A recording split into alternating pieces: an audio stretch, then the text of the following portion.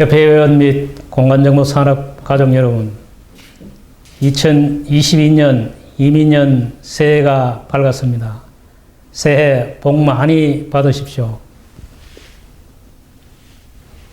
지난해에는 코로나로 인하여 국내외적으로 어려운 여건 속에서도 공간정보 산업 발전과 회원 권익 신장이란 성과를 이룬 것은 모든 분들의 적극적인 지지와 성원 덕분으로 협회의 존립 가치를 되돌아보게 된 소중한 한 해였습니다. 그간의 노고에 진심으로 감사의 마음을 전합니다. 지금은 비록 코로나로 인하여 일상생활이 힘들지만 조금씩 양보하고 배려한다면 잘 이겨내고 극복할 수 있으리라고 믿습니다. 아무쪼록 금년 한 해는 더욱 건강하시고 소원하는 모든 일들이 소원 성취하시기를 바랍니다. 회장님 말씀하신 것 같이 이민년 새해는 협회가 설립된 지 반세기의 이정표를 찍는 기념비적인 한 해가 될 것으로 예상되는데 미래 공간정보 산업 발전을 위한 목표나 청사진이 있다면 소개의 말씀 부탁드리겠습니다. 예, 협회는 금년 4월 20일에 창립 50주년이 됩니다. 사람의 나이로 따지면 하늘의 도리를 알아 그 뜻에 순응할 줄 안다는 지천명인데 협회도 지난 반세기를 반추하고자 지난해부터 협회 50년 역사를 기록하는 50년사 발간 작업을 진행하고 있고 창립일에 기념행사를 치를 예정입니다. 이번 행사는 단순히 대회에 홍보하고 알리는 차원이 아니라 지난 반세기를 되돌아보고 향후 공간정보 산업이 나아가야 할 100년 대계로 도약하기 위한 초석을 다지는 일이라고 생각합니다. 회원 및 공간정보 가족 여러분, 많은 관심과 응원을 부탁드리겠습니다. 공간정보 산업은 4차 혁명 시대를 맞아 인공지능과 사물 인터넷, 빅데이터, 모바일 등 첨단 기술과 결합을 통해 초연결, 초지능, 초융합 시대를 열어가는데 확실한 역할을 하리라고 봅니다. 최근 코로나19 대유행 상황 속에서도 확진자 동선 추적 시스템과 마스크 재고 지도 앱 등 사회 안전망을 구축할 수 있었던 것은 공간정보 산업이 있었기에 가능했습니다. 오늘날은 이전에 상상할 수 없던 일들이 현실이 되고 생활의 모습과 환경도 혁신적으로 바뀌었습니다. 이제는 한 나라가 아닌 전 지구적으로 정보를 주고받으며 소통하고 시간과 공간의 제약을 허물며 삶을 창조해 나가는 시대입니다. 우리 협회도 공간정보 분야의 잠재된 가능성을 발견하고 불가능을 실현함으로써 미래를 위한 공간정보 산업 환경을 만드는 일에 최선을 다하고 모든 역량을 결집하고자 합니다. 연초에 국토교통부가 공간정보 산업 시장 매출 규모를 10조 원에 육박하는 것으로 발표했습니다. 내용을 들여다보니까 그동안 공간정보 산업의 기반을 제공형 측량업 분야의 매출은 1조 원에도 미치지 못하는 8천여 원이 되었는데 타 분야에 비해서 전통산업이 이처럼 성장하지 못하고 있는 근본적인 이유가 무엇인지 또 이에 대한 대안이 있다면 한 말씀 부탁드리겠습니다. 예, 공간정보 산업의 측량이나 지적과 같은 전통산업은 중요한 일을 맡고 있습니다. 그럼에도 불구하고 타 분야에 비해 산업이 제대로 성장하지 못한 것은 전통산업을 기반으로 한 새로운 산업을 찾거나 성장시키지 못한 것도 원인입니다. 특히 청량기술의 발전에 따른 새로운 청량기기 개발과 국가나 지방자치단체의 기간산업 인프라 구축, 완료 등 그 원인은 다양합니다. 전통산업을 성장시키고 기존의 사업 방식을 탈피해서 새로운 산업을 찾아야 하고 개발해야 합니다. 4차 산업혁명 시대를 맞아 공간정보 주변 환경은 하루가 다르게 변하고 있고 새로운 신성장 산업이 등장하고 있습니다. 이러한 변혁기에 전통만 고집할 것이 아니라 전통 산업과 관련한 기술도 변해야 한다고 봅니다. 따라서 전통 산업도 디지털 트윈이나 메타버스 등 신산업 흐름에 맞추어 새로운 역할을 찾고 청량 기술도 발전시켜야 한다고 생각합니다. 최근 인구 절벽 현상이 고착화되면서 미래 산업 인구가 현저하게 줄어들고 있는 것으로 예상되는데, 이에 반해 지금 우리 사회는 일자리 부족 현상이 심화되고 산업계로 전문 인력 유입이 제대로 되고 있지 않아 인력 통기 현상이 빚어지고 있습니다. 이는 공간정보 산업계도 마찬가지인데요. 근본적인 이유와 이에 대한 해법은 없는지 회장님의 고견을 말씀해 주십시오. 공간정보 산업이 대학을 졸업한 학생들에게 매력을 느끼는 분야가 되어야 하는데 현실적으로는 그렇지 못한 상황입니다.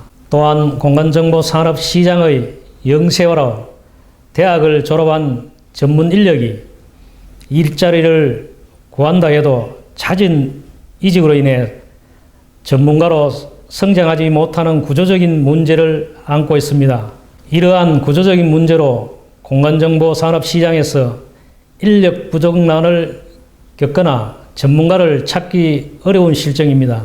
정부에서 공간정보 전문 인력 양성을 위한 과감한 투자와 채용에 따른 각종 지원과 혜택이 주어져야 합니다. 그리고 중요한 것은 공간정보 산업 시장에서 인력의 선순환 구조, 즉 다시 말하면 정부의 투자 및 정책 지원, 대학의 인력 양성, 기업 인력 채용, 기술 개발 및 재투자가 이루어져야 하는데 선순환 구조가 이루어지지 않다 보니 공간정보 산업 시장에 전문 인력이 유입되지 않고 있다고 봅니다.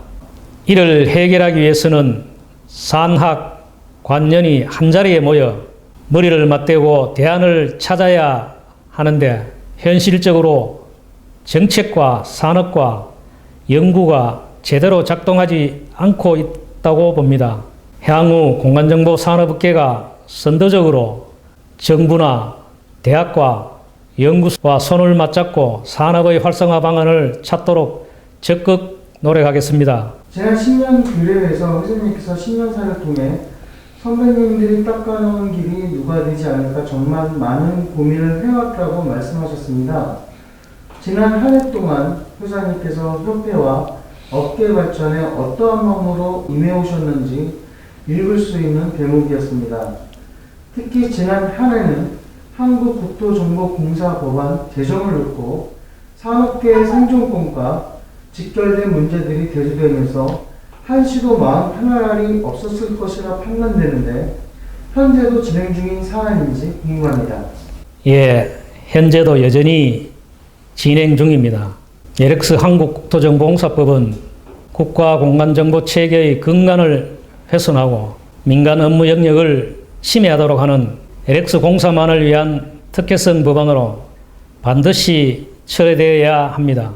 지난해 LX 공사가 민간 업역을 침해하고 있다는 민간 중소기업자들의 애로를 호소하고 있어 우리 협회에서 조사한 결과 LX 공사는 공공기관의 지위를 이용하여 수의계약으로 중소기업자 간 경쟁 제품으로 분류되는 공간정보 DB 구축 사업 등 민간 시장을 지속적으로 침해하는 것으로 나타났습니다. 또한 2017년 국회 국정감사 및 국토교통부 장관의 LX공사 사업범위 준수를 당부한 이후에도 지속적으로 공간정보 및 청량업종 전반에 걸쳐 침해하고 있어 산업체 생존 활동에 어려움이 있는 실정입니다. 따라서 입법 과정에서 LX공사가 민간 업무 영역을 완전히 침해하지 않도록 산업계의 목소리를 적극 반영될 수 있도록 최선의 노력을 다할 것입니다. 지난번 국회 교통위원회 공청회에서 업계의 의견을 반영해 제정안을 추정하겠다는 것으로 의견이 모아진 것 같은데 협회의 의견은 어떻게 종합 정리되고 있는지 말씀해 주시면 고맙겠습니다. 예, 공간정보산업계에서는 LX공사법이 철회되고 현행과 같이 국가공간기본법에서 운영되어야 한다고 하는 목소리가 더 많습니다. 협회는 산업계의 목소리를 적극 대변하는 것입니다. 국회 공청회 과정에서 나타난 사항 중에서 LX공사에서 상생 방안을 제시하라. 공공기관의 업무 범위를 이익을 취하는 식의 업무 범위는 곤란하다. 공공기관은 민간이 하기 힘든 것을 대신하는 것이 준정부기관의 존립 목적이다. 이러한 것들을 토대로 LX공사에서 중소기업 등 민간 업체들과 상생하는 방안, 민간 업무 영역 침해 방지 방안 등을 서로 입장에서 납득할 만한 대안을 제시하여 준다면 우리 산업계에서도 대안을 제시하고 좋은 대안이 나올 수 있도록 할 예정입니다. 그렇지만 산업계에서는 LX공사법 철회 목소리가 더 많다는 것을 말씀드립니다. 첫 번째, LX공사만을 위한 특혜성 법안입니다. LX공사는 사업 범위에서 현행과 동일하다고 주장하고 있지만 제정 법안 조문을 살펴보면 LX공사가 공간정보 구축 사업을 하겠다고 하고 있습니다. 안 6조 제1호에 보면은 지원에 관한 사업을 갖다가 구축 및 지원에 관한 사업으로 변경하였고 또 안 6조 7호에는 다른 법률에 따라 수행할 수 있는 사업을 다른 법령에 따라 수행할 수 있다는 사업으로 변경하였습니다. 또한 6조의 6호에 보면 국가, 지방자치단체, 공공기관 위탁받은 사업으로 되어 있습니다. 따라서 민간에서 수행하고 있는 공간정보 체계 구축 사업을 LX가 할 수 있도록 하는 것은 LX공사만을 위한 특혜성 법안에 해당됩니다. 두 번째, 국회 의견을 무시했습니다. 지난 2014년 4월 대한지적공사를 한국국토정보공사로 명칭을 변경하고 사업법인을 추가하는 법안을 검토한 국회 교통위원회 심의보고서의 수정안에서 공사의 설립 목적은 공간정보체계 구축을 공간체계의 구축 지원으로